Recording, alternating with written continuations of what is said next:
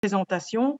Après cette présentation, vous pourrez poser toutes vos questions par chat, pas en direct, mais vous écrirez sur le chat que vous voyez en dessous sur la page Facebook ou sur le lien Zoom. Et nous rassemblerons toutes vos questions et le docteur Belkir et le docteur Paul Louis répondront avec plaisir à vos questions. Voilà, je laisse la parole au docteur Belkir. Bonsoir à tous et à toutes. Je vais partager l'écran. Voilà. Est-ce que vous voyez le diaporama? Oui. OK. Donc, je vais donc vous parler de la vaccination contre le SARS-CoV-2 pour éviter donc le Covid. Moi, je n'arrive pas à dire la Covid. Vous m'excuserez, je n'ai pas updaté les chiffres de cette semaine parce que à Saint-Luc, ça a de nouveau bien repris. Donc, les journées sont longues, mais voilà. Ce sera malgré tout, j'espère, relativement clair pour tout le monde. Donc, juste rappeler le contexte, même si tout le monde connaît le Covid, c'est rappeler que nous sommes vraiment en pandémie et que la grande particularité ici en Belgique et dans les autres pays, c'est donc cette dissémination d'un virus qui était jusqu'alors inconnu, jusqu'à 2019 tout à fait inconnu, dans une population qui n'est pas protégée, qui n'est pas immunisée. Et vraiment la particularité du virus, donc le SARS-CoV-2, c'est la variété au niveau des tableaux cliniques. Donc il y a à la fois des personnes qui sont asymptomatiques mais qui peuvent transmettre malgré tout le virus. Vous voyez ici, des personnes qui ont des symptômes modérés, que ce soit de la fièvre, un syndrome grippal ou encore une perte de goût ou d'odorat. Et puis, les patients que je rencontre, mais que les pneumologues, infectiologues, intensivistes rencontrent à l'hôpital. Donc, les personnes qui développent un tableau vraiment de pneumonie sévère, nécessitant parfois un séjour aux soins intensifs et malheureusement pouvant également engendrer un décès. Alors, il y a aussi toute une entité qui est en train vraiment de prendre de l'ampleur, c'est ce qu'on appelle le long Covid, le Covid long ou le syndrome post-Covid. Donc, on voit de plus en plus de personnes arriver à nos consultations, pas forcément des personnes hospitalisées, des personnes qui ont parfois juste eu des symptômes tout à fait modérés et qui gardent plusieurs mois après de la fatigue, des troubles de concentration, parfois des troubles aussi persistants de l'odorat. Bref, cette épidémie a donc beaucoup de conséquences au niveau de la santé, mais elle a également beaucoup de conséquences et de dégâts collatéraux, ça on ne peut clairement pas le nier, vu que le problème principal a été, est et malheureusement reste la saturation des hôpitaux et que donc toutes les mesures qui ont été prises pour éviter cette saturation des hôpitaux, et j'y reviendrai, ont eu et ont toujours malheureusement des conséquences sur la société de façon générale. Donc, je vous l'ai dit, ce ne sont pas les chiffres de cette semaine. Peu importe, la tendance, c'était de montrer que donc, à l'heure actuelle, de par le monde, il y a déjà eu plus de 2 millions. Maintenant, nous en sommes à plus de 2 800 000 décès. En Belgique, plus de 22 000 décès que pour la Belgique. Et au niveau hospitalisation, on a dépassé les plus de 60 000 personnes hospitalisées. Donc, si on devait regarder maintenant, donc, nous avons à nouveau des hospitalisations à l'heure actuelle qui sont en train d'augmenter. Pour resituer également la pathologie, le Covid, parce que c'est une question qui revient souvent par rapport aux autres maladies, il suffit de reprendre les statistiques nationales belges qui reprennent les causes de décès de 2010 à 2017, donc ce sont des moyennes. Vous voyez que la première cause de mortalité, ce sont les maladies de l'appareil circulatoire, donc les maladies plutôt cardiovasculaires. La deuxième cause, ce sont les tumeurs. Et le Covid a quand même eu donc un impact majeur vu qu'il s'est hissé en troisième position en termes de cause de décès, loin quand même devant la quatrième cause qui était avant la troisième, les maladies de l'appareil respiratoire. Vu différemment, ce sont les courbes donc de mortalité. Vous voyez que pour l'année 2020, il y a eu 2 pics de surmortalité, première vague, deuxième vague, et ici, le pic que l'on voit là, c'est la vague de chaleur. Alors, je le disais, et c'est important quand même de rappeler qu'en effet, on s'est beaucoup focalisé sur le Covid, mais vraiment, surtout pour éviter cette saturation des hôpitaux. Et malheureusement, toutes les mesures, que ce soit de confinement, que ce soit maintenant la fermeture des écoles, la limitation au niveau de l'horeca, de la culture, etc., ont vraiment des conséquences qui vont perdurer vraisemblablement pendant plusieurs années, avec des pertes de revenus, des perturbations aussi au niveau social, la déprime qui globalement augmente chez beaucoup de personnes. Au niveau des soignants, pas mal de burn-out également, pas mal de dépression. Donc, il est temps de trouver une solution par rapport à tout ça et la vaccination est une des solutions, mais une solution quand même qui est majeure. Alors la vaccination, de façon générale, ça n'est pas la première fois que dans l'histoire de la médecine et en particulier des maladies infectieuses, arrive comme vraiment une solution pour aider à contrôler des pathologies d'origine infectieuse. C'est la raison pour laquelle on estime que la vaccination, c'est vraiment une des interventions de santé publique qui est à la fois les plus efficaces, mais surtout qui représente un meilleur rapport coût-efficacité, vu que la vaccination va empêcher d'être malade et donc elle va empêcher tous les coûts et les conséquences liées aux maladies qu'elle évite. Si on prend par exemple quelques exemples, ce sont des données aux États-Unis, mais on peut tout à fait les transposer en Europe. S'il n'y a quasi plus de rougeole, quasi plus de rayons, de coqueluche, la polio a complètement disparu de nos pays, j'ai envie de dire riches, parce qu'il existe encore des pays où il y a des foyers de polio. Les diminutions en termes d'hépatite également, dont l'hépatite B qui peut se transmettre également dans les milieux de soins, eh bien, toutes ces diminutions-là, avec clairement une réduction en termes de mortalité, eh bien, c'est lié à la vaccination.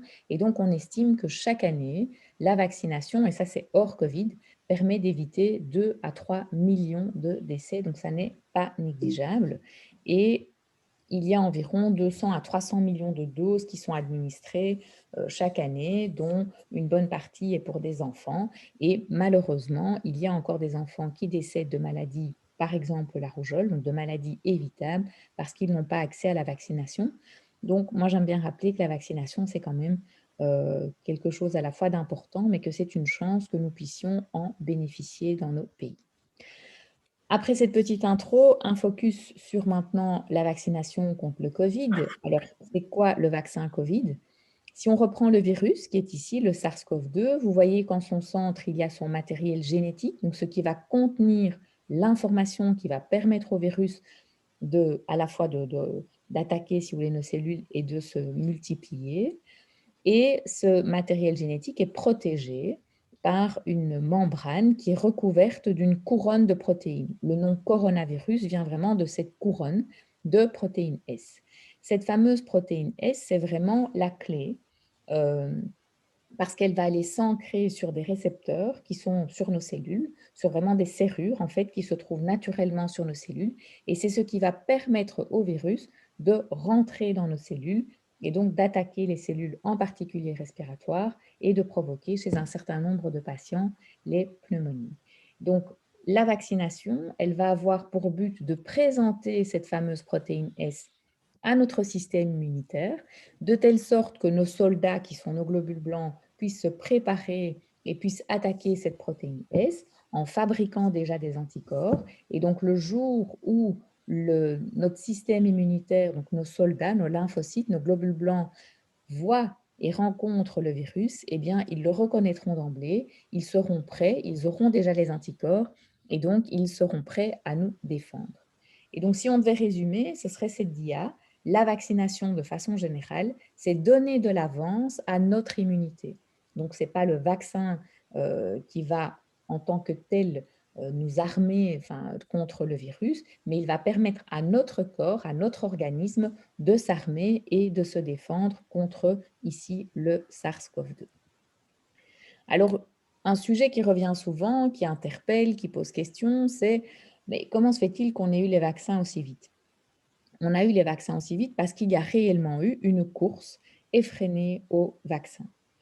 Une course effrénée, mais qui a pu se réaliser parce que très rapidement, donc après la déclaration par l'OMS de la survenue donc, de cette épidémie, eh bien, les Chinois ont partagé la séquence complète du génome. Pour rappel, en Asie, ils ont déjà eu des épidémies qui ont été beaucoup plus brèves de maladies respiratoires avec des autres coronavirus, le MERS et le SARS-CoV. Et donc, en Asie, dans les pays asiatiques pour la plupart, eh bien, il y a cette habitude de travailler sur ces virus-là. Et donc, très rapidement, ils ont identifié le virus et ils ont partagé tout le matériel génétique. Et donc, les laboratoires qui travaillaient déjà sur des vaccins, qui avaient déjà aussi cette habitude de travailler sur des vaccins, eh bien, ont rapidement, vous imaginez une cassette, ils ont pris la cassette avec l'information, ils l'ont transposée sur des techniques qu'ils avaient déjà, et donc ils ont commencé rapidement les premiers essais cliniques. Et la suite, vous la connaissez, en décembre, les autorités de régulation autorisent les premiers vaccins, d'abord le Pfizer, puis le Moderna, et le premier pays à avoir débuté, c'est la Grande-Bretagne. Ce qui a permis aussi d'aller très vite, c'est le fait qu'au lieu de suivre de façon lente les différentes phases, la phase 1, on la termine, puis on passe à la phase 2, on la termine, on passe à la phase 3, donc comme si vous étiez dans un train et que vous passiez d'un wagon à l'autre, ici, dès que les résultats étaient favorables, dès que le profil de sécurité était favorable, eh bien, les entreprises, les universités passaient d'emblée à la phase 2. Même chose, phase 2, premiers résultats qui sont bons, profil de sécurité rassurant, hop, on passe à la phase 3. Autre grosse différence également, c'est que normalement, les entreprises commencent à produire les vaccins et ou les médicaments lorsque toutes les étapes ont été suivies, lorsque le dossier a été remis à la FDA et à l'Agence européenne des médicaments, et lorsque ceux-ci ont autorisé la commercialisation, la mise sur le marché du médicament. Ici, il y a quand même un risque qui a été pris, à savoir que durant cette phase 3, donc la dernière phase des études cliniques, eh bien, la plupart des entreprises ont commencé à préparer la production. Donc, c'était quand même un risque qui a été pris. Et en parallèle à cela, tous les mois, je dis vraiment bien tous les mois, ils envoyaient leurs résultats à la FDA, donc qui est à l'Agence de régulation des États-Unis, et à l'EMA, Agence européenne, ce qui a permis à ces agences-là de très rapidement donner une réponse au moment où l'étude avait atteint le nombre de patients suffisant pour montrer l'efficacité. Et donc, vous voyez que d'une part, il y a eu beaucoup d'argent investi, le fait de pouvoir aussi déjà lancer des chaînes de production. Il y a eu une grande collaboration entre différents laboratoires, entre des universités et des laboratoires, et tout cela a permis de gagner du temps. Au niveau administratif aussi, le temps a été fortement réduit, mais à aucun moment, les exigences légales, qu'elles soient de qualité, de sécurité ou d'efficacité, n'ont été mises en jeu.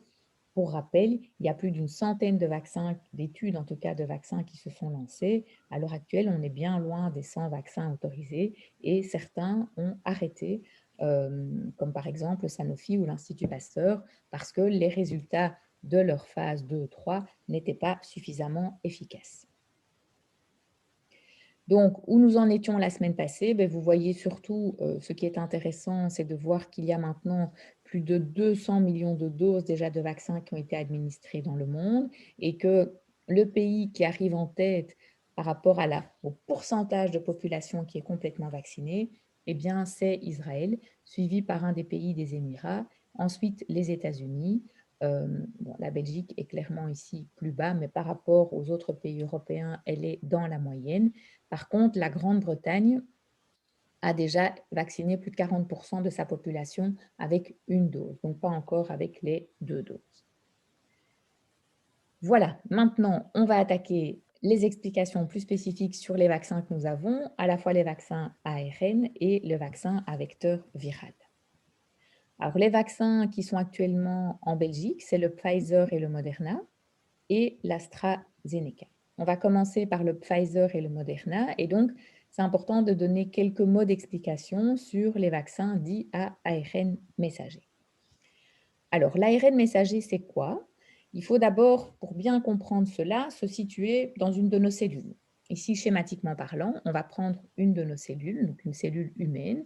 À l'intérieur, il y a un noyau et ce noyau protège notre matériel génétique à nous, qui est quelque part notre livre de recettes, notre dictionnaire. Le fait que les gens ont ou des cheveux bouclés ou des cheveux lisses ou des yeux bruns ou des yeux verts, tout ça est encodé dans notre matériel génétique. Si vous mangez quelque chose de sucré, votre pancréas va devoir fabriquer de l'insuline.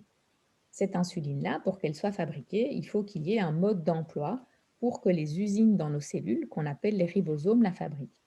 Mais ce n'est pas notre matériel génétique propre, si vous voulez, notre ADN, qui va sortir et qui va aller dire aux usines, vous devez fabriquer de l'insuline. Non.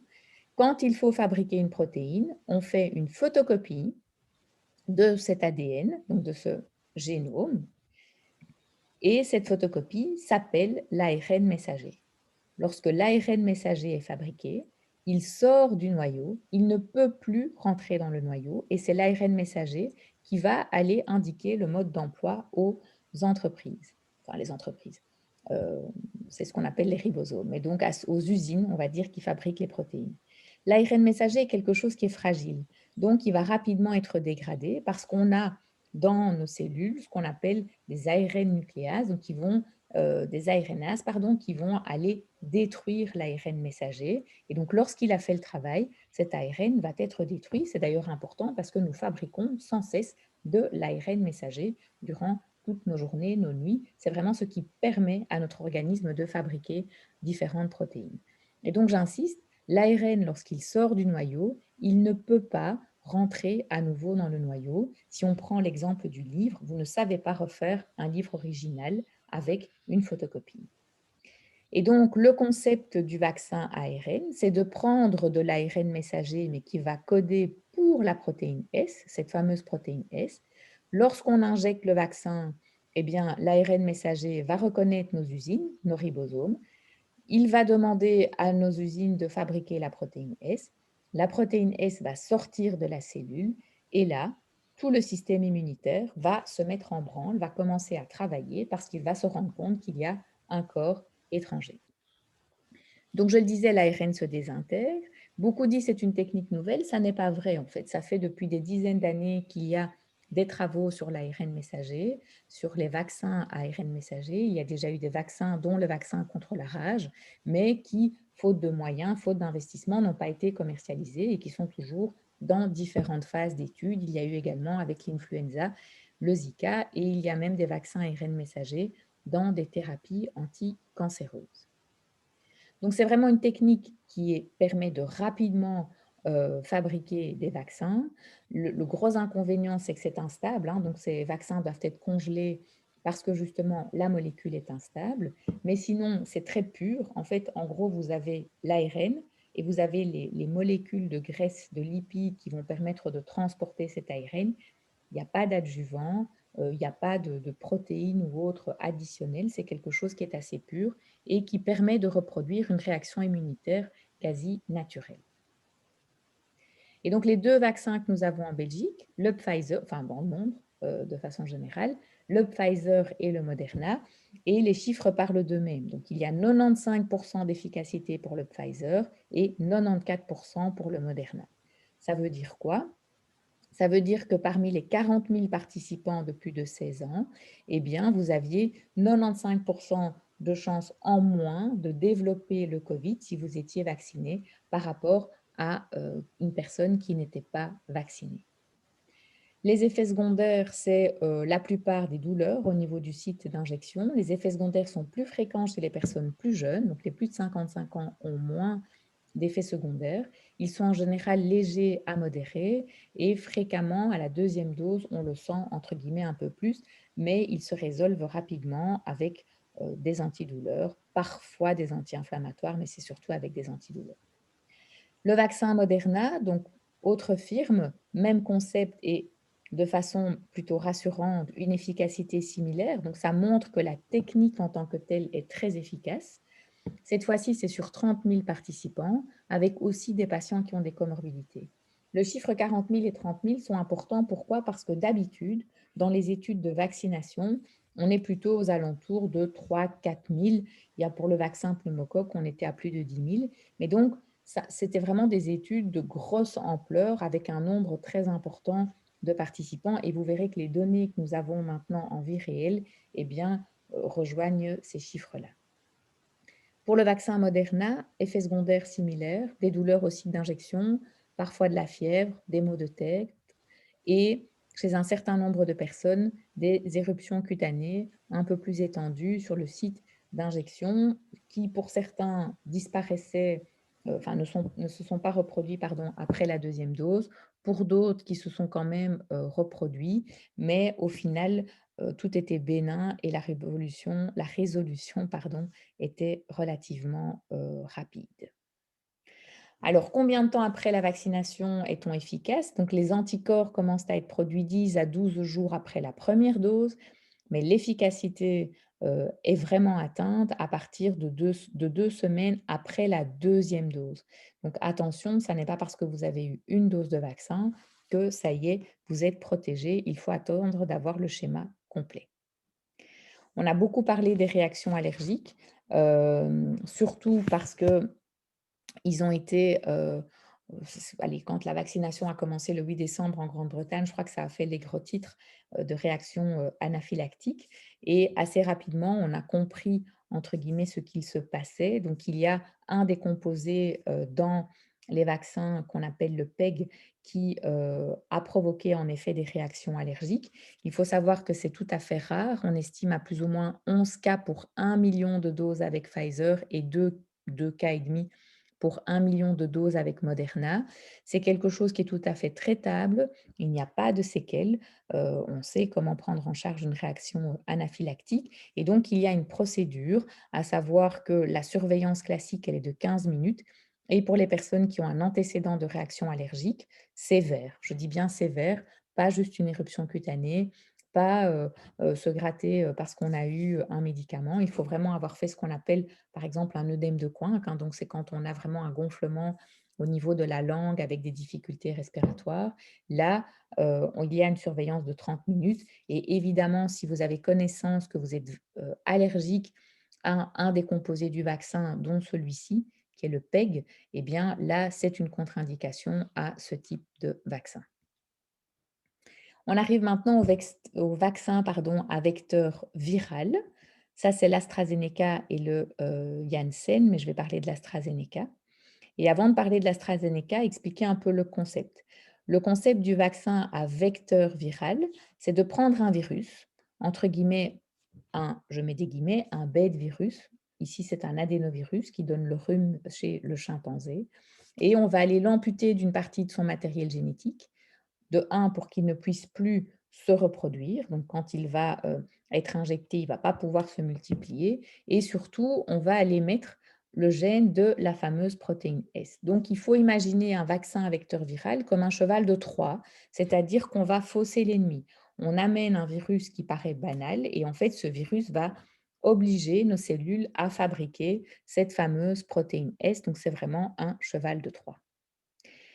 Et pour le vaccin AstraZeneca, si je devais le résumer, je dirais que c'est un long fleuve qui est tout sauf tranquille, pour plusieurs raisons. Déjà en termes de résultats, on a eu plusieurs études pour le vaccin AstraZeneca qui ont fait qu'au fil du temps, les modalités d'administration ont été adaptées et l'efficacité a été modifiée parce qu'au plus on avait de données, en fait, et au plus on se rendait compte qu'il était plus efficace que la toute première étude.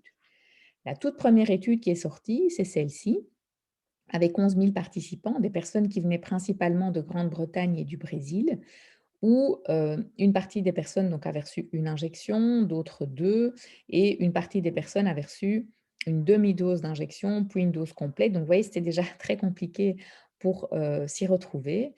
Mais donc, au final, si on prenait les personnes qui avaient reçu les 2 doses standards, l'efficacité était de 62%. Vous allez dire, c'est moins que le Pfizer et le Moderna, c'est vrai, mais là où ça fonctionnait de façon tout à fait similaire, c'était par rapport aux cas graves. Il n'y avait pas eu ni d'hospitalisation, ni de cas graves chez les personnes vaccinées. Puis, quelques semaines plus tard, arrive une étude avec plus de résultats, donc non plus 11 000 personnes, mais 17 000 personnes. Et là, fait intéressant, on voit que déjà après une seule dose, il y a 76% d'efficacité, donc c'est déjà mieux que ce que l'on avait avant. Et surtout, lorsque l'on espace les doses, donc à 3 mois, à 12 semaines, eh bien, on monte à plus de 80% d'efficacité. Donc, c'est déjà meilleur. Puis, troisième résultat, c'est dans la vraie vie. Vous savez que la Grande-Bretagne a commencé le 8 décembre à vacciner vraiment de façon massive. Elle a vacciné avec d'abord le Pfizer, puis avec l'AstraZeneca, avant même que celui-ci ne soit autorisé par l'Agence européenne des médicaments. Et donc, ils ont fourni des données sur l'Écosse fin février, et où là, parmi une population de 5,4 millions de personnes, Plus d'1 million ont été vaccinés avec grosso modo, hem, 600 000 personnes ont reçu le Pfizer et près de 500 000 le vaccin AstraZeneca. Ils ont mesuré la réduction des hospitalisations par rapport aux personnes non vaccinées et là, surprise, l'AstraZeneca est bien réduit à 94% le risque de se faire hospitaliser. C'était même plus que le Pfizer et ce, juste après une dose. Autre fait très intéressant, c'est que dans cette étude-là, enfin, ce n'est pas une étude en fait, c'est une analyse, mais de la vie réelle, au-delà de 75 ans, eh bien, ce sont surtout les personnes de plus, pardon, au-delà de 75 ans, ce sont surtout l'AstraZeneca qui ont été administrés par rapport au Pfizer. Et quand on a regardé les résultats des personnes de plus de 80 ans, eh bien, on constate que l'on donne le Pfizer ou l'AstraZeneca, l'efficacité était similaire. Alors que dans les premières études, on n'avait quasi pas de données sur les plus de 55 ans. C'est la raison pour laquelle, au départ, on ne recommandait pas le vaccin chez les personnes de plus de 55 ou 65 ans, ça dépendait des pays. Mais depuis les résultats de cette étude, eh bien, le vaccin AstraZeneca a été recommandé à tout le monde. Mais il y a un mais, et le mais, le voici, c'est il y a 10 jours environ, des cas de thrombose ont commencé à être en tout cas déclarés et il y a eu un petit peu une panique à bord avec la suspension par plusieurs pays de l'administration donc de l'AstraZeneca. La grande question la semaine passée, enfin il y a 10 jours, c'était mais que se passe-t-il avec le vaccin AstraZeneca et est-ce que la Belgique a raison d'être, tels les valeureux Gaulois, le seul pays quasi en Europe à avoir maintenu la vaccination avec l'Astra alors que les pays avoisinants l'avaient suspendu? Eh bien, tout était lié au fait qu'en effet, des cas de thrombose avaient été déclarés. Ce sont donc les données au moment où il y a eu la suspension, avec environ 34 thromboembolies pour 5 millions de doses administrées. Mais lorsque l'Agence européenne a évalué le risque, eh bien, si on rapportait cette incidence-là à l'incidence habituelle qui est de 1 à 2 cas de thrombose par 1000 habitants par an, eh bien, on n'était pas supérieur dans le groupe vacciné. Pour rappel aussi, une jeune femme sans contraceptifs oraux, c'est 1 sur 10 000, mais dès qu'elle prend des contraceptifs oraux, le risque est multiplié par 2, voire par 3. Et donc, au final, on sait qu'en Belgique, on s'attend à avoir plus ou moins 300 environ événements thromboemboliques par semaine. En Grande-Bretagne, c'est plus ou moins 1000 par semaine. En France, c'est estimé à 1300 par semaine. Et donc, en analysant tout ça, l'Agence européenne a dit, ben, au final, il n'y a pas plus de risque de développer une thrombose veineuse ou une embolie pulmonaire lorsqu'on est vacciné par rapport à lorsque l'on n'est pas vacciné, en sachant que quand on a le Covid et qu'on est hospitalisé, on a une chance sur 5 de développer un phénomène thromboembolique. Et donc, la conclusion de l'Agence européenne, c'était de dire le bénéfice sur la population de la vaccination est nettement supérieur. Et donc, ça, c'est tout l'impact et l'importance de la pharmacovigilance, c'est de suivre tous les événements, mais j'aime bien dire avec raison et avec calme, mais en continuant le suivi. Pourquoi c'est important de continuer le suivi? Parce qu'il y a quand même un mais. Et le mais, c'est que donc, il y a les thromboembolies que je vous ai décrites qui sont les classiques, mais dans certains pays, en Allemagne, au Danemark en particulier, il y a des cas de thrombose cérébrale, donc ce n'est pas le même mécanisme, avec une diminution de plaquettes, ce qu'on appelle une thrombopénie, et où là, le nombre est beaucoup moins important, mais néanmoins, le mécanisme a l'air tout à fait différent. Et il y a encore donc un événement qui date d'hier, à savoir que l'Allemagne a décidé à nouveau de suspendre la vaccination avec l'AstraZeneca, mais que pour les personnes de moins de 60 ans, parce que ces événements-là, que je vous disais, ce sont des thromboses cérébrales avec des thrombopénies, donc un mécanisme différent, sont a priori des données que l'on a plus fréquentes chez les personnes de moins de 60 ans. Donc ça n'est pas encore fini et à savoir que l'Agence européenne des médicaments se réunit à nouveau pour prendre une décision et donc on verra ce que les autres pays vont décider. Alors assez rapidement, ben donc avec l'AstraZeneca, c'est une belle illustration entre guillemets de tout ce qui est effet secondaire, possible ou pas, en sachant que 95 à 99 des effets secondaires dans les vaccins, surviennent dans les 6 semaines, pardon. C'est très rare quand on a des effets, beaucoup plus tardivement. En fait, il n'y en a quasi pas, sauf pour le Pandemrix, en 2009. Que donc, il y a bien évidemment, quand un médicament sort sur le marché, ben, un risque théorique d'effet indésirable très rare, parce que simplement dans les études, on n'a pas suffisamment de personnes.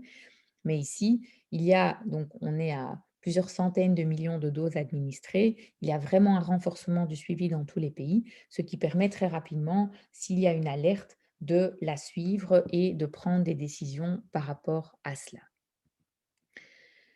Alors, j'aime toujours bien parler, j'ai bientôt fini, mais de la fertilité parce que c'est quelque chose qui revient très fréquemment.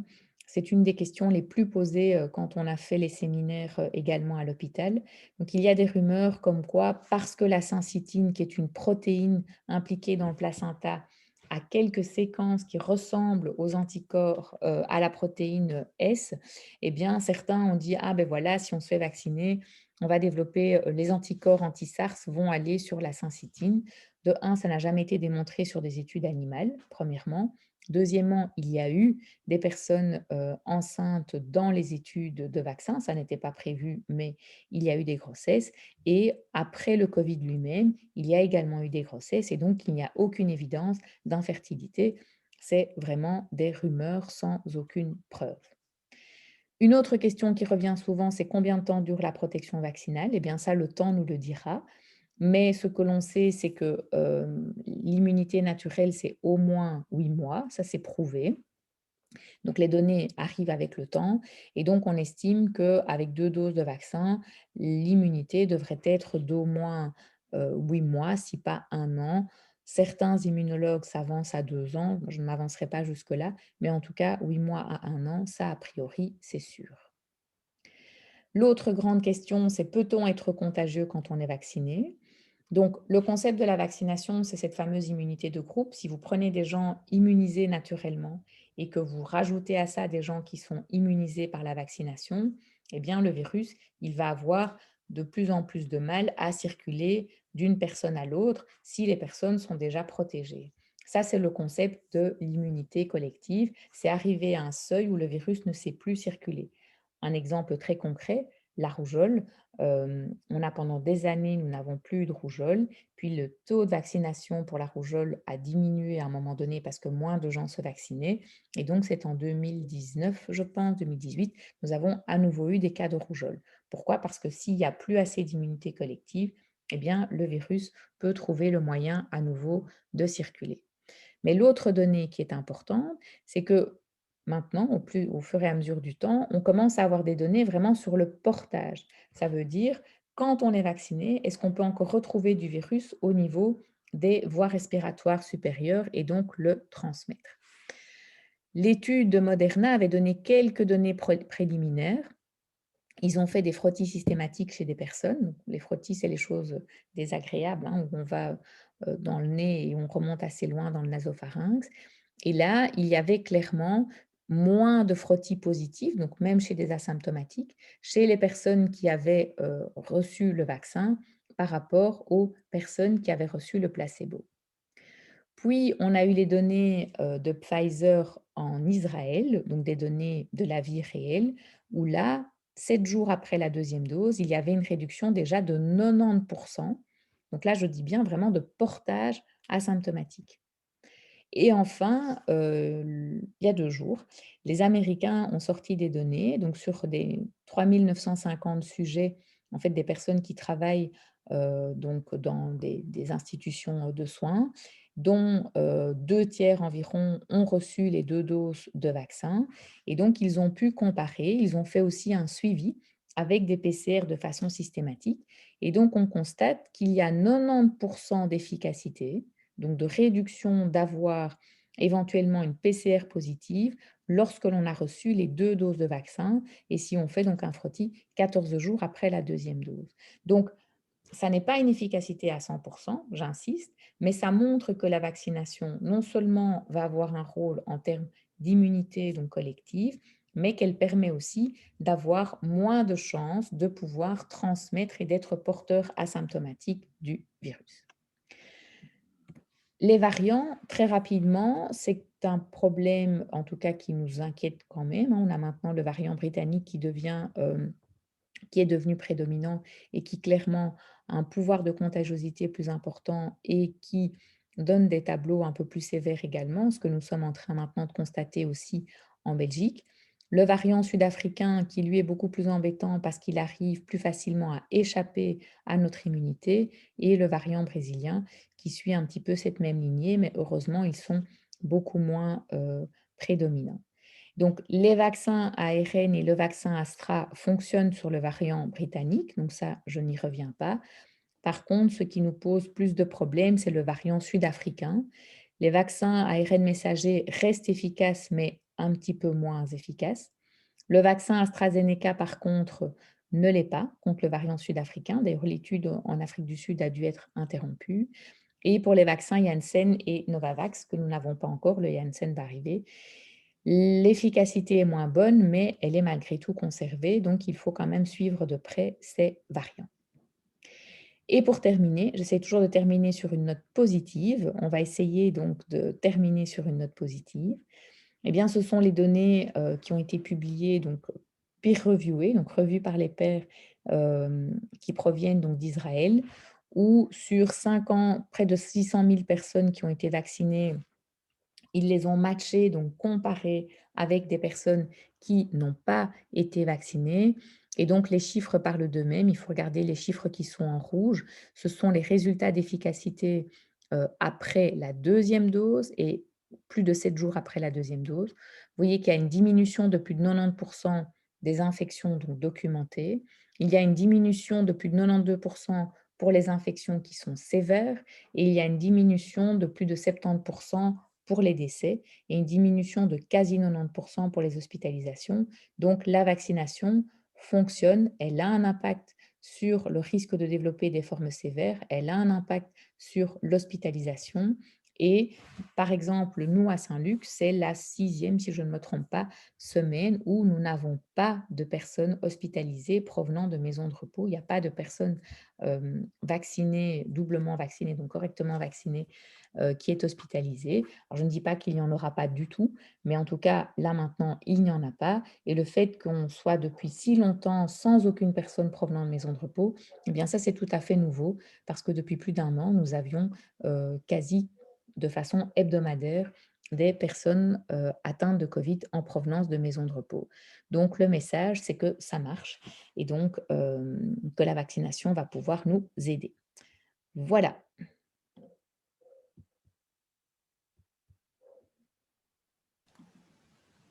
J'ai terminé. Super, merci beaucoup. Delphine, tu fais le relais des premières questions? Je vais... Voilà. Voilà. Un tout grand merci, Dr Belquier. Vous avez été très pédagogue pour expliquer en une demi-heure toute l'histoire de la vaccination, les avantages et inconvénients et toutes ces sortes de vaccins. En tout cas, je vous remercie. C'était assez compréhensible. Nous avons quelques questions. La première question, ben, vous l'avez dit, le vaccin peut durer 8 mois, mais faudra-t-il alors faire un rappel et chez qui la personne pourra refaire son rappel? Chez le médecin traitant, le médecin du travail? Alors, donc, a Première priori, question. bon, 8 mois, c'est le minimum. Donc, on estime quand même que normalement, c'est 1 an. On ne sait pas. Peut-être qu'au final, on aura la bonne surprise. Il y aura peut-être une bonne surprise quand même une fois avec le Covid. C'est de se rendre compte que l'immunité dure plus longtemps avec la vaccination. Maintenant, si à un moment donné, il faut refaire un rappel, ça dépendra du type de vaccin. Les vaccins ARN messagers ont une logistique qui est compliquée. Donc, je pense que les implémenter en médecine générale est plus compliqué parce que déjà, de 1, il faut des congélateurs, en particulier pour le Pfizer, c'est moins 70 degrés, donc ce n'est pas facile. La façon avec laquelle c'est présenté, donc les viales, il faut les décongeler. Quand on décongèle, il y a une durée d'utilisation qui fait qu'il faut avoir suffisamment de personnes aussi pour vacciner. Maintenant, au plus le temps passe, au plus il va y avoir des vaccins. L'AstraZeneca est déjà plus facile. Le Johnson Johnson, la même chose. Il va y avoir normalement, on l'espère, le Novavax. Donc, l'échantillon, les types de vaccins, théoriquement, seront beaucoup plus, ce sera plus large, normalement dans 1 an, voire dans 2 ans. Donc, je suppose qu'il y aura vraiment moyen, beaucoup plus facilement, de se faire vacciner chez son médecin traitant. Et si il y a encore les Pfizer, Moderna, il y aura peut-être encore des centres de vaccination. Ça, je ne sais pas. Je pense que moi, ce que je trouve, ce que l'on retient de ce Covid, c'est qu'il faut énormément d'humilité, beaucoup de prudence. Les choses évoluent tout le temps. Les variants, honnêtement, on ne s'y attendait pas. Enfin, si, le virus a toujours muté, mais on ne s'attendait pas à ce qu'il y en ait un qui soit à la fois plus contagieux, maintenant un peu plus sévère, et qui devienne prédominant et qui contribue à ce que nous sommes en train de vivre à nouveau avec cette recrudescence au niveau des hospitalisations. Donc, j'ai envie de dire, l'avenir nous le dira. Mais je vois certaines questions, sinon, les vaccins ont-ils été testés sur les personnes transplantées? Oui, c'est parce qu'il y a d'autres questions que vous ne verrez pas qui sont sur Facebook, que je vous dirai après, mais il n'y a pas de problème. Oui. Donc, en termes d'études, non. Il va y avoir des études spécifiquement sur les personnes immunodéprimées. Donc, par exemple, à Saint-Luc, mais avec Erasme, Liège, Saint-Pierre, on va participer bientôt, on l'espère. Ça fait des mois que c'est en discussion. Mais on commence à avoir des données de vie réelle parce que, donc, je vous ai dit, aux États-Unis, ils vont très, très, très, très vite. Et donc, les personnes greffées et transplantées, malheureusement, répondent moins bien aux vaccins. Ça, on le savait déjà d'avant, mais c'est en train de se confirmer pour les vaccins Covid. Et donc, vraisemblablement que les schémas de vaccination seront possiblement différents chez les personnes immunodéprimées, avec peut-être une dose additionnelle. D'ailleurs, en Grande-Bretagne, je pense qu'ils ont déjà acté ça. Mais donc ça, ce sera clairement quelque chose qui est à suivre et c'est en train d'être suivi. Hein. Les grosses agences ou les sociétés scientifiques de transplantés, d'hémato, etc., font déjà des suivis avec leurs patients.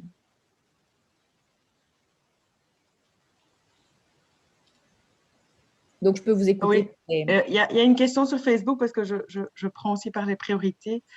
Il y a une personne qui nous demande, cher docteur, donc à vous deux, bonjour. Le service de médiation du SPF Santé publique confirme que tout patient peut consulter son docteur de famille, mais que celui-ci ne peut prescrire un vaccin plutôt qu'un autre. Ah, je vois que ça a disparu. Voilà. Plutôt qu'un autre au regard du dossier médical complet de son patient. Voilà. Est-ce que c'est pas une atteinte à une atteinte à la liberté de votre art de guérir? C'est là la question qui a été posée.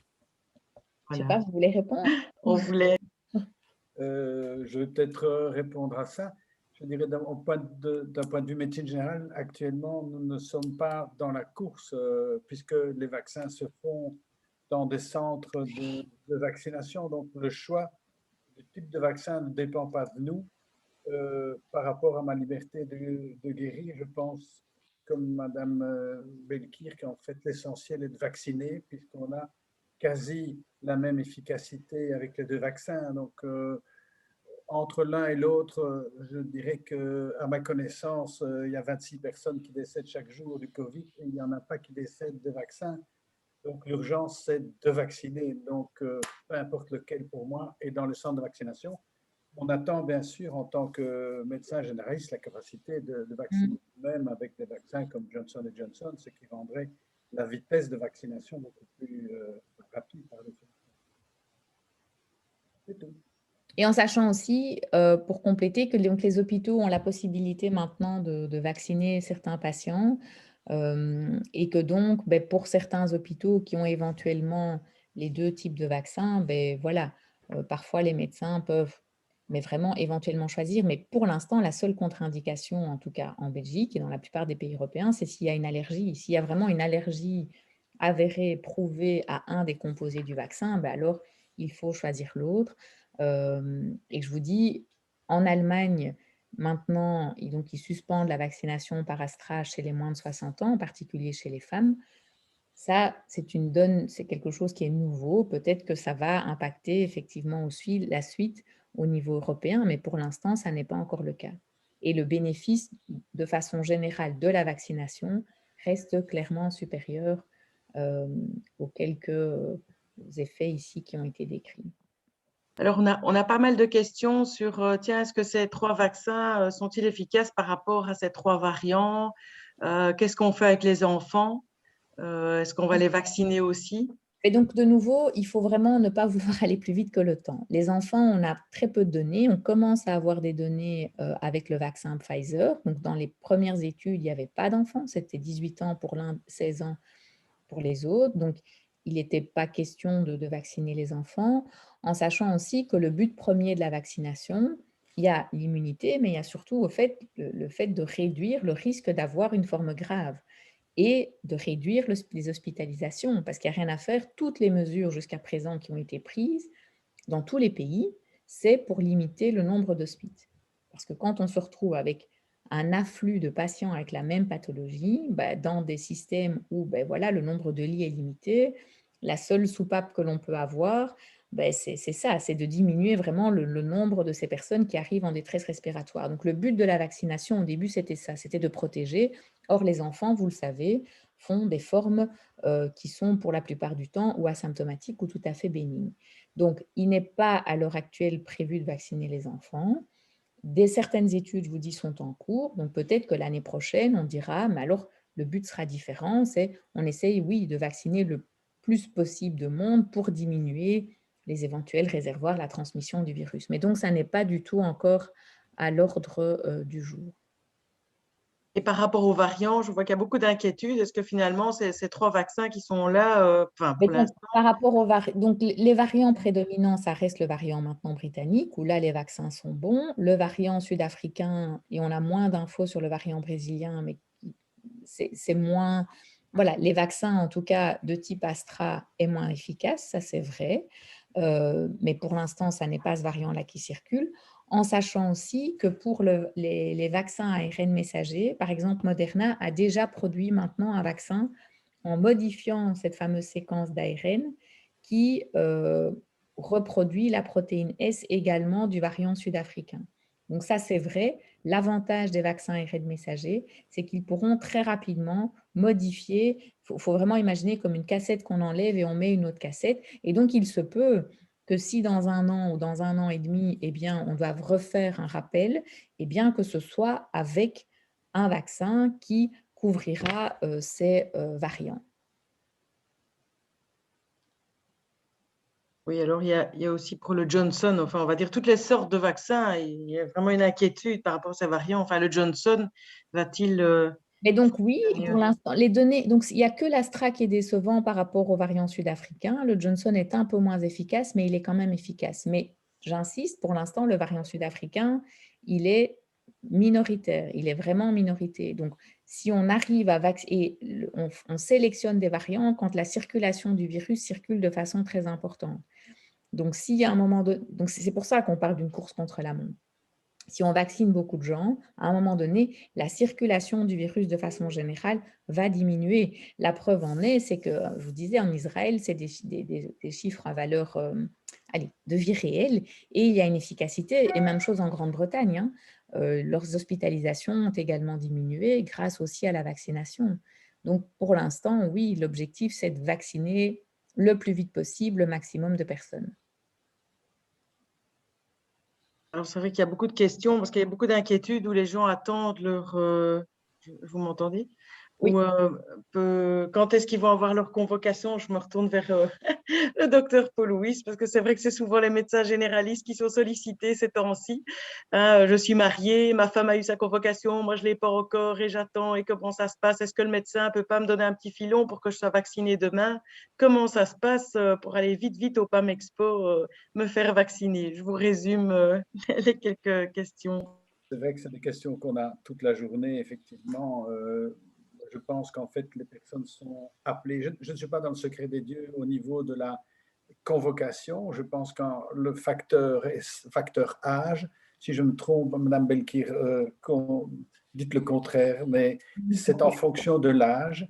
Et puis, c'est vrai que de temps en temps, j'ai des personnes âgées qui n'ont pas encore été convoquées. J'avoue que je n'ai aucune idée de la raison pour lequel ça se passe comme ça. Je ne sais pas.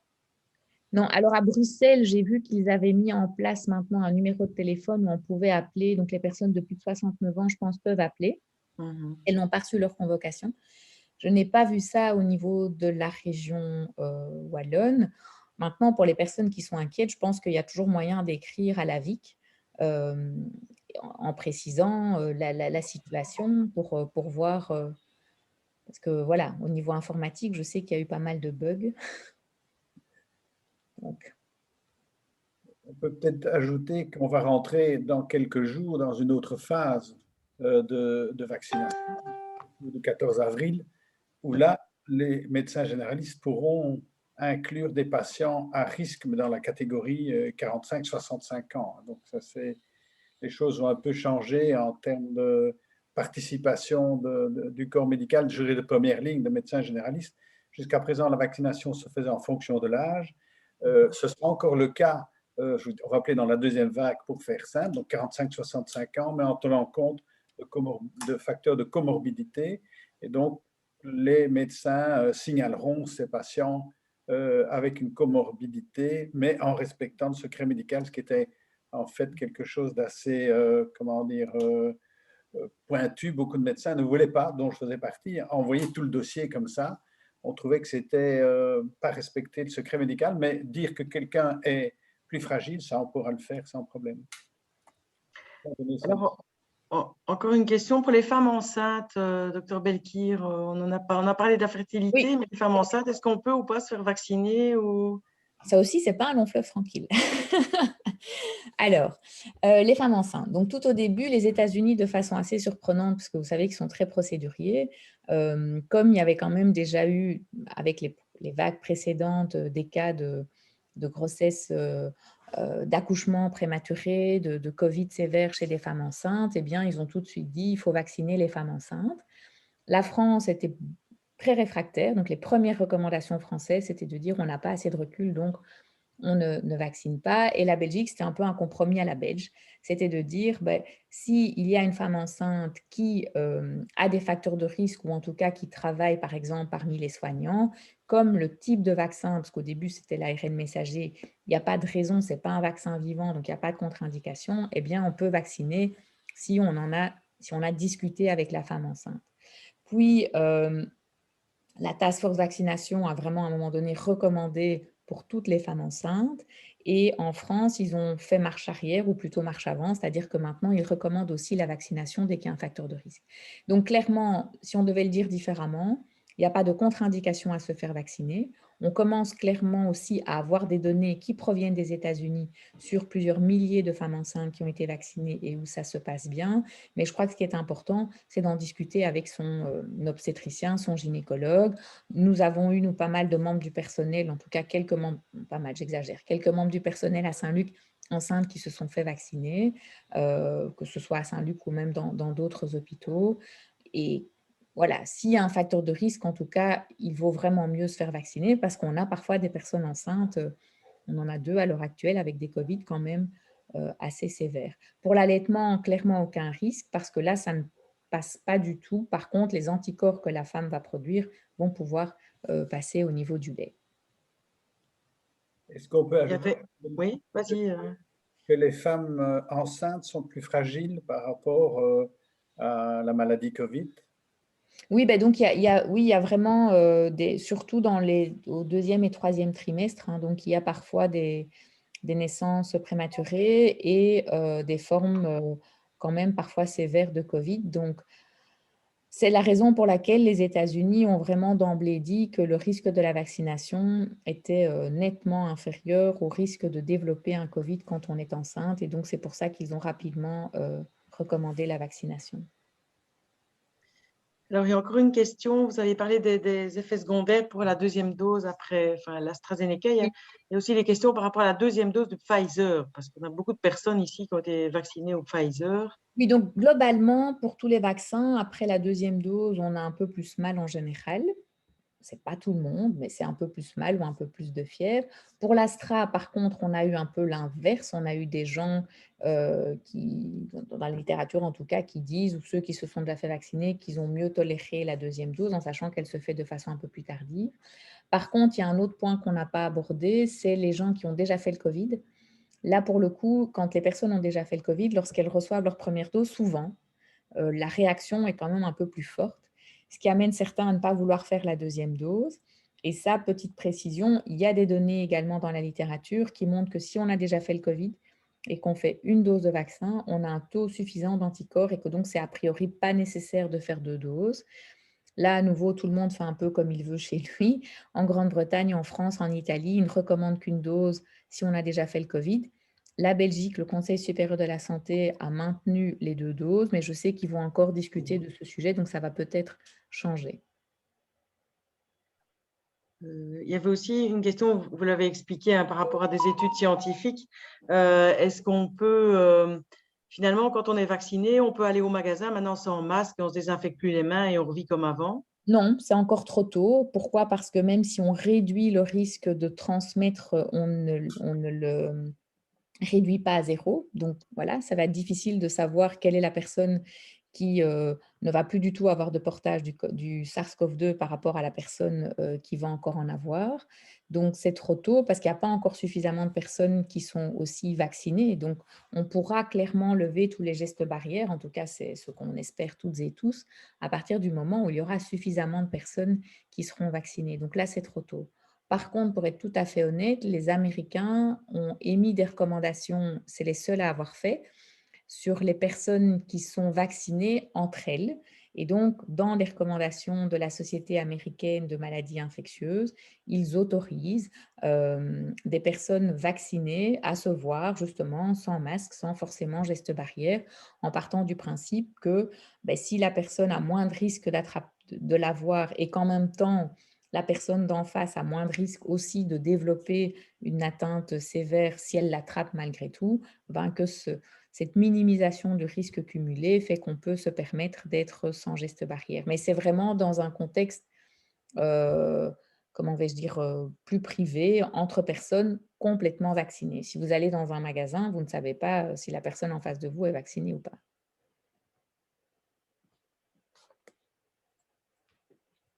Ah, on vous entend. Voilà. Oui, voilà. Alors, je vous lis encore. Cher docteur au pluriel, hein, merci. Toute la population applaudit le dévouement de l'ensemble du monde médical. Il y a un an, les citoyens applaudissaient et maintenant, dans certains lieux publics, c'est un total manque de respect du travail que vous accomplissez. Le peuple belge vous est reconnaissant. Un petit message. Merci. Mais néanmoins, comment est-ce que vous réagissez en tant que monde médical par rapport Oui. à ce qu'on voit comme débordement, si je peux me permettre? C'est compliqué. D'une part, moi, je comprends que les gens en aient marre, parce qu'on en a tous marre. Il faut être honnête. Hein. On est aussi, parce que parfois, j'ai l'impression qu'on veut un peu scinder le médecin, le soignant du reste de la population. Mais moi, j'allais aussi au resto, je voyais aussi mes amis, ma famille. Enfin, donc, on est aussi doublement pénalisé. Enfin, oui, voilà. Donc, je veux dire, on attend que ça.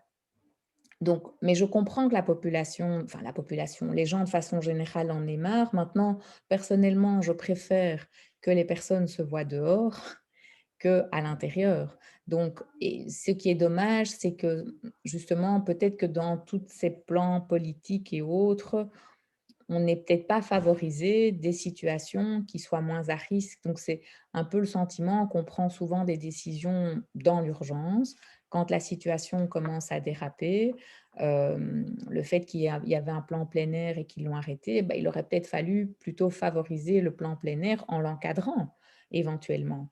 Donc, voilà, moi, je n'ai pas envie de blâmer quand je me dis, bon, moi, j'ai une maison où j'ai un jardin, donc je peux sortir, mais il y a plein de gens qui vivent en ville, qui n'ont pas de jardin. Si vous êtes avec des enfants et qu'il fait chaud, honnêtement, je comprends. J'ai juste envie de dire que vous alliez dehors, qu'il y ait des gens dans les parcs, etc. Voilà, mais si vous avez à un moment donné pris des risques, alors faites attention aux personnes qui sont plus âgées ou plus à risque. Parce que nous, voyez-vous, Villers-la-Ville, vous connaissez, une belle abbaye, beaucoup de visiteurs, beaucoup de balades dans les bois et ça perturbe énormément nos Villersois qui voient parfois des fils dehors et parfois les gens vont se promener et comme vous le dites, c'est mieux d'être dehors que d'être enfermé. Et c'est mieux d'être dehors. c'est… Après, s'il y a des films et que les gens, alors dans ce contexte-là, portent le masque, là, dehors, avec un masque, il n'y a pas de risque. Maintenant, quand on est dans les bois et qu'on est tout seul, ou si on rencontre, enfin moi, quand je me promène, oui, je rencontre aussi des personnes, bah voilà, on ne se fait pas la bise, on est dehors, il y a pas de risque. Donc, il ne faut pas non plus, je pense. Et moi, ce qui m'inquiète, j'ai l'impression qu'on est en train de couper un peu en deux la population, qu'on est en train de la cliver, alors qu'au final, l'ennemi, il n'y en a qu'un, c'est le virus. Il pourrit la vie de tout le monde, mais vraiment de tout le monde. Et que donc, il faut essayer plutôt d'être inventif, créatif et d'essayer de toutes et tous s'entraider, plutôt que d'essayer tout le temps. À un moment donné, on voulait opposer les jeunes aux vieux, les travailleurs aux non-travailleurs, la culture à l'oreca. Enfin, il faut arrêter d'essayer d'opposer. Et je crois qu'il faut vraiment essayer plutôt de trouver des solutions, euh, soutenir les gens qui sont vraiment en difficulté parce qu'il y en a qui sont en difficulté et pas rentrer tout le temps dans un discours culpabilisant. Ce qui m'inquiète plus, à mon niveau, c'est que lorsque je discute avec les patients hospitalisés, c'est de voir encore à quel point, un an après, il y a des règles de base qui ne sont pas connues, qu'on confonde que la quarantaine, ben on reste quand même chez soi, même si la première PCR est négative parce qu'on est peut-être porteur du virus. Le fait que oui, si on a le nez qui coule et qu'on se sent grippé, bah, c'est peut-être le Covid et que donc il faut aller se faire tester. Et ça, pour le coup, je me dis, on a raté quelque chose parce que les gens que je vois en hospitalisation, c'est quasi toutes et tous des contaminations plutôt intrafamiliales. Et quand on retrace un peu, ben oui, il y en a un qui était un petit peu malade et il est quand même venu à la maison parce qu'il pensait que c'était un rhume qui allait passer. Et donc, à ce niveau-là, je pense qu'il y a vraiment quelque chose encore, je ne sais pas comment, mais qui est à faire. Alors, j'ai une question pour les personnes avec une maladie génétique Stener. Est-ce qu'il y a une contre-indication pour la vaccination ou par rapport au virus Covid, que ce soit chez l'adulte ou chez l'enfant? Alors, contre-indication au virus, ça n'existe pas. Le virus, quand on l'attrape, ben voilà, donc on est plus ou moins à risque. Par contre, il n'y a pas de contre-indication à la vaccination à l'heure actuelle, si ce n'est une allergie prouvée, avérée à un des composés du vaccin. Et dès qu'on a une maladie qui va diminuer l'immunité, il faut en effet se faire vacciner. L'autre contre-indication, c'est si on est malade, si on a de la fièvre, si on n'est pas bien ou si on a une maladie auto-immune qui n'est pas stabilisée. Mais ça, c'est pour tous les vaccins. C'est vrai qu'on ne se fait pas vacciner. Pour On attend, quoi. l'allergie au vaccin, on a parlé effectivement du PEG, du polyéthylène Oui, glycol, que l'on trouve dans pas mal de cosmétiques. Hein. Déjà, oui, ce sont des molécules puisque c'est des polymères. Donc, il y a toute une série de PEG qu'on trouve dans des produits cosmétiques relativement courants. Donc, les personnes qui n'ont pas d'allergie aux produits cosmétiques, j'imagine, devraient être beaucoup plus rassurées par rapport à la vaccination avec Pfizer. C'est une question, mais je pense qu'elle doit être à peu près correcte. Par contre, j'ai une deuxième question pour vous. Est-ce qu'avec AstraZeneca, on a également, j'imagine, des problèmes d'allergie potentielle? Et est-ce qu'on a décrit également des chocs anaphylactiques avec AstraZeneca, j'imagine? oui. Oui, il y en a eu et c'était effectivement, mais là, je n'ai pas retenu le nom, il y a un des composés en particulier dans Astra qui est plus allergisant. Maintenant, nous, ce que l'on recommande de façon générale, c'est ce que les sociétés d'allergologie préconisent, c'est de bien distinguer les anaphylaxies sévères des réactions allergiques dites banales. Donc, quelqu'un qui a, je vous dis de temps en temps, un bouton ou une éruption cutanée n'est pas considéré comme un risque. Par contre, les personnes qui ont déjà eu dans leur vie vraiment une réaction anaphylactique, donc une difficulté respiratoire, une hypotension, un œdème de Coinck, eh bien là, soit ils savent vraiment à quoi c'est lié, par exemple une piqûre de guêpe, bon, voilà, c'est facile, ça veut dire qu'il faut une surveillance, mais qu'il n'y a pas de réaction croisée possible. Soit si on ne se souvient pas, si on ne sait pas quel type de médicament, là, en effet, nous, on renvoie alors en allergologie pour justement, comme vous dites, faire une anamnèse, essayer de voir et voir si possiblement il pourrait y avoir un risque de réaction croisée. On a dit, j'ai vu dans vos slides que vous montriez quelqu'un qui faisait une injection d'adrénaline. Il faut peut-être préciser pour ceux qui nous écoutent qu'il y a bien sûr dans tout centre de vaccination Oui, des piqûres d'adrénaline prévues et que s'il y a un choc anaphylactique, on sait faire ce qu'il faut tout pour à tuer fait. immédiatement. Et donc, il n'y a pas de gros soucis. C'est pour ça qu'on surveille les gens pendant 30 minutes. J'imagine qu'avec le vaccin AstraZeneca, on prend les mêmes précautions et que ce sera les mêmes précautions avec le vaccin Johnson Johnson. Oui, je pense que voilà, de toute façon, il y aura toujours cette précaution-là qui sera mise en place en sachant qu'effectivement, une réaction de type anaphylactique, en soi, on sait rapidement la prendre en charge. Hein. C'est comme les personnes, je reviens avec l'exemple, qui sont allergiques aux piqûres de guêpes, bah, elles se promènent quand c'est la saison avec leur épipène au cas où. Manu? Il y a des questions très techniques ici. Alors, le vaccin est un des outils pour faire face à la pandémie. Pouvez-vous nous expliquer l'état d'avancement des mesures supplémentaires, études en cours, commandes en cours, et quand seront-ils disponibles? Dans notre pays, confère professeur Goffard, entre autres, qui soutient en vue des résultats un cocktail d'anticorps monoclonaux. Oui, donc les anticorps monoclonaux, ça c'est tout à fait différent. Donc ça c'est prendre donc le vaccin va nous faire fabriquer nous-mêmes les anticorps. Les anticorps monoclonaux dont parle Jean-Christophe, c'est déjà donc des anticorps qui sont produits donc à l'extérieur et qui vont aller se fixer sur les protéines S. Et donc en fait c'est ce qu'a reçu Donald Trump, le Régénéron. Donc c'est un mélange d'anticorps. Et donc l'avantage de ces anticorps, c'est que il faut les donner très rapidement. Si on a le virus, ils vont tout de suite aller bloquer le virus et donc empêcher de développer la maladie. Donc, c'est une avancée parce que l'étude n'est pas encore complètement sortie, mais il y a une présentation des premiers résultats avec une diminution vraiment assez impressionnante du risque de développer des formes sévères, en particulier chez les gens qui sont immunodéprimés et qui n'ont pas cette capacité de fabriquer des anticorps. Donc, ce serait un outil très intéressant, mais il faut vraiment que ce soit au début, parce que ça ne fonctionne pas si le virus il a déjà commencé à se multiplier et a déjà attaqué les cellules au niveau pulmonaire. Donc, ça serait un arsenal supplémentaire pour des personnes, par exemple, qui viennent d'être contaminées. Comme, on va prendre un exemple, il y a parfois des contaminations dites nosocomiales, hein, donc au sein des hôpitaux même. C'est arrivé dans tous les hôpitaux, on a eu le cas aussi. Et effectivement, lorsqu'il y a une acquisition nosocomiale chez des personnes plus gravement déjà malades, comme des greffés, comme des personnes qui ont des leucémies, mais malheureusement, les conséquences peuvent être tragiques. Et donc, typiquement, là, vous prenez quelqu'un, on sait qu'il vient d'attraper le virus, il est en plus immunodéprimé, mais ce serait un candidat pour recevoir ce cocktail-là. Mais on n'a pas encore ce cocktail. Hein. Enfin, je dis cocktail parce que c'est une combinaison d'anticorps. Alors, j'ai encore quelques questions très techniques, très scientifiques. Alors, des études en cours dans l'hôpital Bruckmann commencent à mettre en évidence une persistance virale. Étude prévue fin octobre 2021, mais aussi confirmée dans de nombreuses revues scientifiques. Vous avez mentionné le Covid long. Plusieurs de vos confrères parlent d'un potentiel vaccin curatif pour les personnes présentant toujours des symptômes dus à une persistance virale. Quel est votre point de vue sur le sujet et quel vaccin pourrait être potentiellement curatif? Alors, c'est compliqué. Le Covid long, donc il y a beaucoup d'hypothèses. Il y a soit l'hypothèse immunologique, qui est que donc c'est comme on le voit dans d'autres pathologies infectieuses, le fait que l'organisme réagit un petit peu trop et que donc cette immunité finit par se retourner un peu contre la personne. Il semblerait en effet, mais c'est trop tôt pour pouvoir l'affirmer, qu'il y ait certains réservoirs de virus, c'est-à-dire qu'on a retrouvé effectivement sur certains sites des PCR qui étaient positifs, donc pas qu'au niveau nasopharyngé.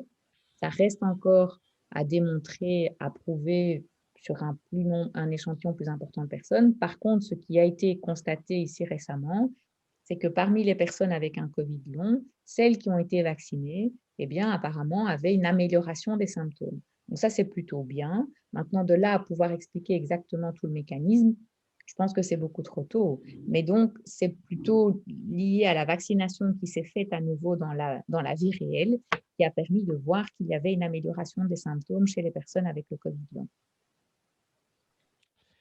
Encore une question qui dit la chose suivante. Plusieurs enfants présentent des symptômes persistants, tout comme les adultes. Qu'au font nos autorités, y compris dans le corps de la médecine, et recherchent dans ce domaine? Alors pour les enfants, je ne suis pas compétente, donc je ne sais pas au niveau pédiatrique du tout ce qui se fait. Donc voilà. Par rapport maintenant au Covid long chez les adultes, on essaye de s'organiser, mais avec les connaissances que l'on a. Donc c'est-à-dire que quand on a des patients qui continuent à présenter des symptômes, on les revoit en consultation. Il y a deux cas de figure. Soit on met en évidence vraiment des séquelles plutôt au niveau respiratoire, et donc là, on essaye de voir s'il faut faire un traitement ou pas. Donc, ça, c'est un peu plus technique. Il y a des personnes qui ont des bilans tout à fait normaux, donc on ne trouve rien, mais qui restent essoufflés. Et donc, pour l'instant, essoufflés ou fatigués. Et là, ce que l'on fait, en tout cas à Saint-Luc, et je pense que c'est la même chose dans d'autres hôpitaux, on les inscrit dans un programme de revalidation et qui donne a priori de bons résultats, mais on n'a pas encore vraiment de traitement ou oui, de traitement spécifique. Il y en aura peut-être un, mais pour ça, il faudra vraiment comprendre aussi toute la physiopathologie, en sachant que les tableaux cliniques sont très différents. Il y a vraiment des gens qui se plaignent d'un essoufflement persistant. Il y en a d'autres qui sont plus du tout essoufflés et qui se plaignent plutôt d'une fatigue importante. D'autres personnes qui ont des troubles du goût. Donc, vous voyez, même dans le Covid long, la variété des symptômes est importante. Donc, voilà, on essaye d'aider du mieux qu'on peut les patients avec plutôt l'expérience par rapport à d'autres pathologies et avec une prise en charge en général multidisciplinaire.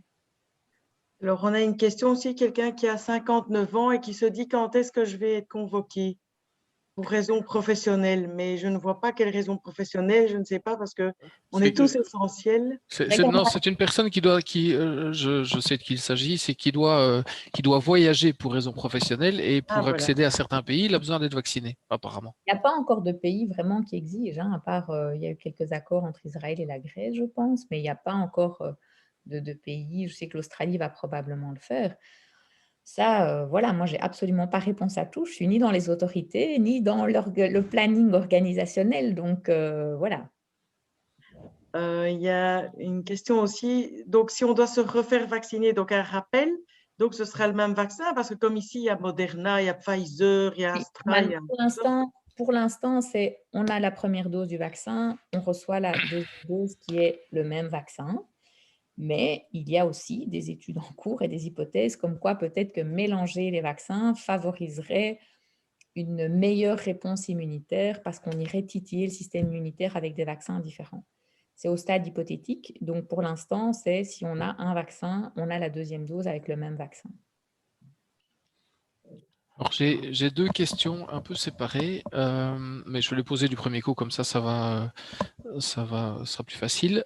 Quid du fameux vaccin russe qui va être soumis, je suppose, aux autorités européennes? Oui, donc le Sputnik, c'est aussi un vaccin avec adénovirus, avec 2 adénovirus différents qui, les résultats publiés montrent des très bons résultats, plus de 90% d'efficacité, qui n'est pas encore sur le marché européen, simplement parce qu'il n'y a pas encore d'autorisation et de demande de mise sur le marché, mais donc possiblement qu'il fera partie de notre arsenal si à un moment donné, il est reconnu par le MEA. Donc les seuls vaccins qui sont administrés en Europe sont les vaccins qui sont reconnus et autorisés par l'Agence européenne des médicaments. Et alors, deuxième question, donc vous avez très bien expliqué tout à l'heure que les vaccins ont été mis sur le marché très rapidement pour les raisons que vous avez évoquées, mais on n'a pas de recul sur la vaccination de masse comme on est en train de la faire. Est-ce qu'on a d'autres exemples de vaccins qui ont été mis sur le marché pour lesquels on avait peu de recul par rapport à leurs effets à terme? Non, en fait, il faut être honnête par rapport à ça. En tout cas, qu'il y ait un vaccin aussi rapidement, non. C'est la première fois qu'on a un vaccin de façon aussi rapide. Maintenant, ce qu'il faut savoir, ça dépend un petit peu de ce qu'on entend par recul. Donc, comme je l'ai dit, 95 à 99% des effets secondaires de tous les vaccins, tous, c'est dans les 6 semaines. C'est la raison pour laquelle on peut, ici par exemple, c'est en juillet que l'étude de phase 3 a commencé et ils ont attendu quand même quelques mois, à savoir décembre, avant de déposer le dossier parce qu'on élargit de façon légale le suivi à plus évidemment que 6 semaines. Donc j'ai passé la dia parce que sinon j'allais prendre trop de temps, mais dans l'histoire de la vaccination, à chaque fois qu'il y a une suspicion d'un effet secondaire à long terme, par exemple l'hépatite B, la sclérose en plaques, par exemple la grippe porcine et je pense que là c'était le Guillain-Barré, à chaque fois qu'il y a eu suspicion, à chaque fois ça a été infirmé. C'est-à-dire que les études après qui ont comparé les populations vaccinées avec les populations non vaccinées n'ont pas montré de lien.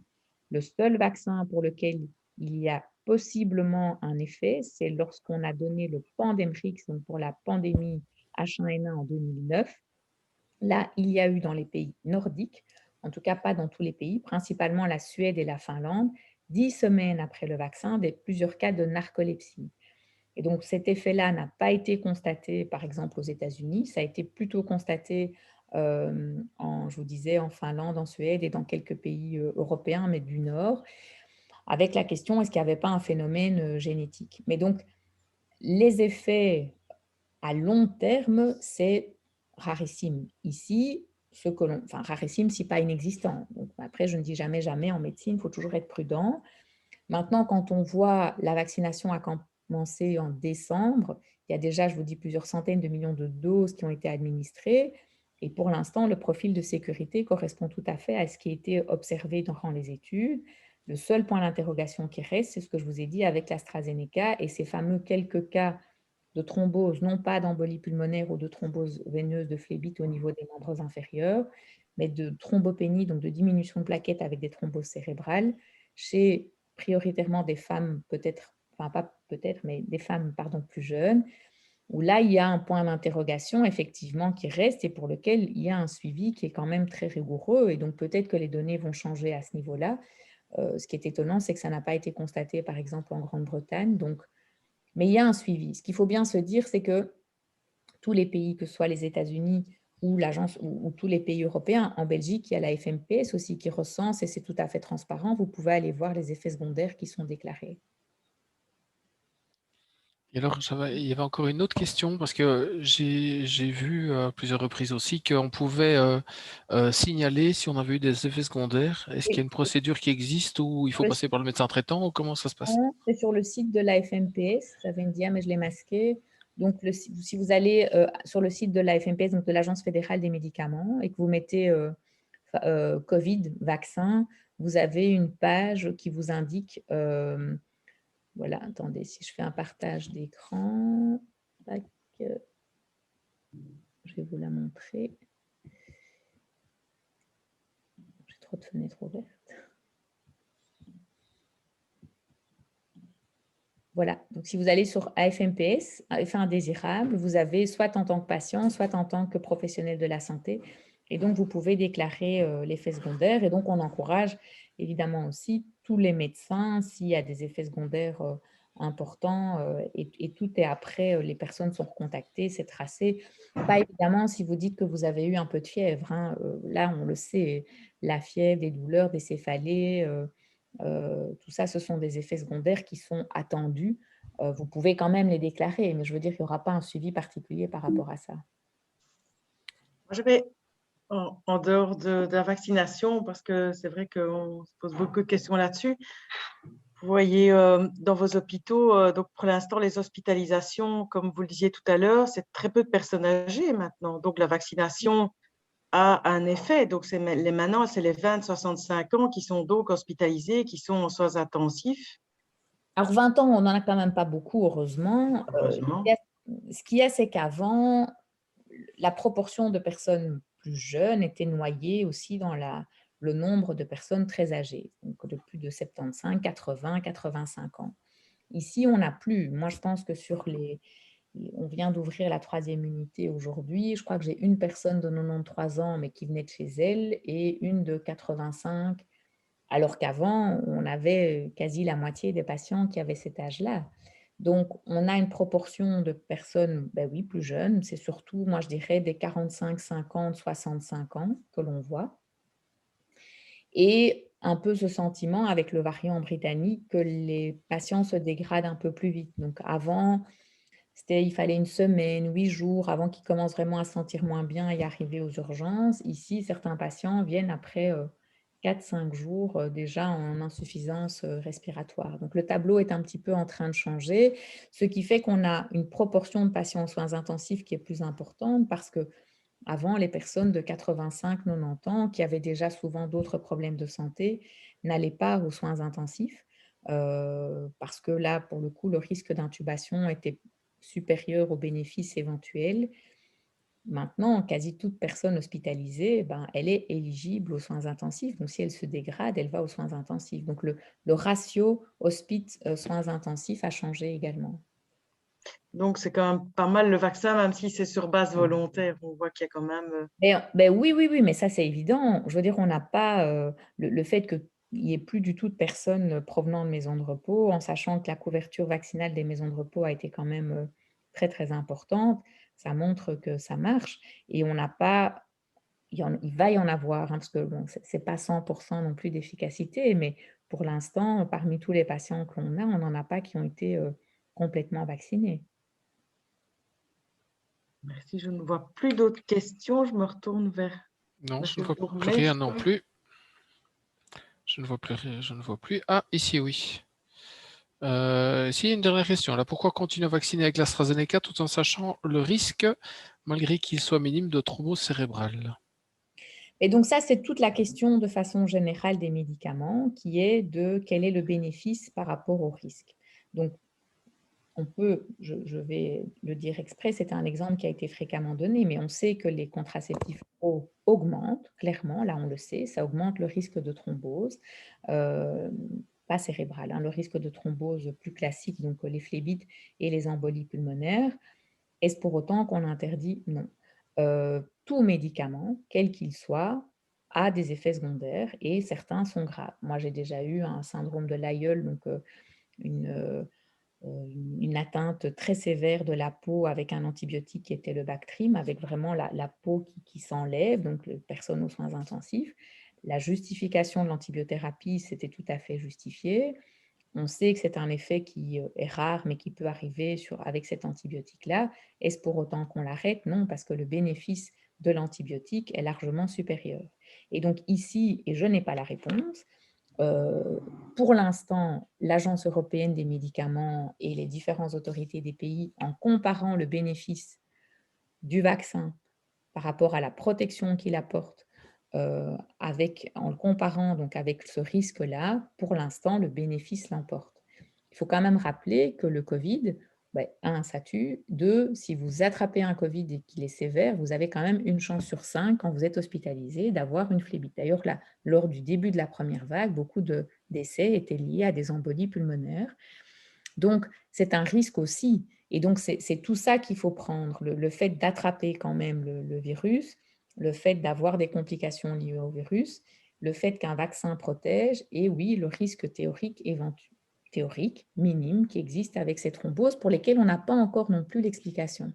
Donc, il y a encore des réunions qui sont prévues, je vous disais, je ne sais pas si c'est aujourd'hui ou demain, de l'Agence européenne des médicaments, où ils vont tout réévaluer et donner une réponse. Et donc, j'ai envie de dire, on suivra. Ok, ça risque un peu d'inquiéter les gens qui sont déjà vaccinés, la première dose d'AstraZeneca. Parce que ça arrive en général. Donc, vraiment, c'est des cas qui sont minimes. Il y a déjà eu, rappelez quand même qu'en Grande-Bretagne, c'est ça qui est quand même étonnant, c'est qu'il y a très peu, encore moins de cas en Grande-Bretagne, c'est surtout en Allemagne et au Danemark que ça a été décrit, alors qu'en Grande-Bretagne, ils ont administré des millions de doses. Hein. Et que là, pour le coup, on voit en Grande-Bretagne l'impact qu'a la vaccination sur la diminution des hospitalisations et sur la diminution de la mortalité. Je pense qu'on peut peut-être mettre en rapport avec aussi certains autres risques que l'on prend, le tabagisme par exemple. Vous avez cité la pilule tout à l'heure. Le tabagisme, qui est quelque chose qui est toujours autorisé, augmente aussi la incidence des problèmes cardiovasculaires et thromboemboliques. Donc, on n'interdit pas le tabac. C'est vrai que c'est une balance de risque et clairement, vaccination est tout à fait utile pour le moment. Et c'est vraiment, il faut bien se dire qu'il n'y a aucun risque zéro pour un médicament. On a parfois des hépatites sur du paracétamol, du dafalgan. Il y a des ulcères sur anti-inflammatoires. Donc, il n'y a aucun médicament qui donne zéro effet secondaire. Et donc, pour tout médicament, c'est vraiment ce concept, quel est le bénéfice par rapport au risque. Si le bénéfice l'emporte, on laisse le médicament en sachant qu'il y a un risque éventuel. Il y a encore une question, et c'est vrai que beaucoup de personnes se sont dit, ça, tiens, j'ai fait le Covid, ça va, je suis immunisée, je peux me balader, je vis ma vie comme je peux. Il y a une question, une personne qui a été hospitalisée aux soins intensifs, elle a fait le Covid, et elle se dit, tiens, donc maintenant, je suis immunisée. Mais donc ça, c'est ce que j'ai dit au début, l'immunité, on sait qu'elle dure plus ou moins 8 mois minimum, pour l'instant, en sachant, attention, que chez certaines personnes, les anticorps diminuent déjà après 3 mois, et en sachant que les cas de réinfection existent. On en a vu. J'en ai vu, c'est décrit dans la littérature. Donc, ça n'est pas parce qu'on... Donc, quand on vient de le faire, on sait que oui, au début, voilà, on est protégé, mais il y a un moment donné où cette protection finit par disparaître. Le problème, c'est qu'on ne sait pas quand et qu'on ne sait pas prédire. Merci. plusieurs patients qui ont effectivement Oui. à plusieurs reprises le Covid, certainement bien une petite dizaine dans ma patientèle, effectivement. Covid, donc PCR positif, et puis à plusieurs mois, de nouveau PCR positif et un petit syndrome grippal. Dans les deux cas, ça a été relativement banal. Je l'ai quelques jours pas bien, mais 2 fois d'affilée. Oui. J'ai aussi des questions, puisque tu as discuté, tiens, maintenant il y a moins de personnes âgées qui viennent des maisons de repos et de soins. Enfin, la personne écrit EHPAD, mais ça c'est surtout français. Et maintenant, ce sont les jeunes. Mais alors, quand nous, on sera vaccinés, entre guillemets, entre 18 et 65 ans, ce seront les enfants alors qui seront atteints. Non, je C'est ça crois qu'il ne faut la question. pas le voir comme ça. De nouveau, on en apprend de façon encore régulière. Il n'y a pas plus maintenant de personnes de 20 ans qui sont dans les hôpitaux. Je vous dis, moi je me méfie toujours des conclusions beaucoup trop hâtives. L'épidémie est en train de changer avec ce variant, mais c'est trop tôt pour tirer des conclusions. On ne voit plus les personnes très âgées, donc on a un effet loupe sur les personnes moins âgées. Il faudra attendre quelques semaines, peut-être quelques mois, pour dire si oui, vraiment, lors de cette énième vague, je ne sais pas comment on peut l'appeler, si vraiment il y a eu beaucoup plus donc, de personnes plus jeunes. Mais les plus jeunes, c'est, oui, je dirais 40. J'ai eu il y a 2 semaines quelques personnes en même temps d'une trentaine d'années. Là, maintenant, j'en ai plus, c'est minimum 45 ans. Donc, ça fluctue aussi d'une semaine à l'autre. La seule certitude, c'est qu'on n'a plus des plus de 85 provenant de maisons de repos. Ça, voilà, ça, c'est un constat que je partage avec tous mes collègues des différents hôpitaux. Mais donc, ne pas croire que maintenant, tout va tout le temps changer. Voilà, on est obligé de suivre, on est obligé de s'adapter, mais ne rendons pas le scénario plus catastrophique que ce qu'il n'est déjà.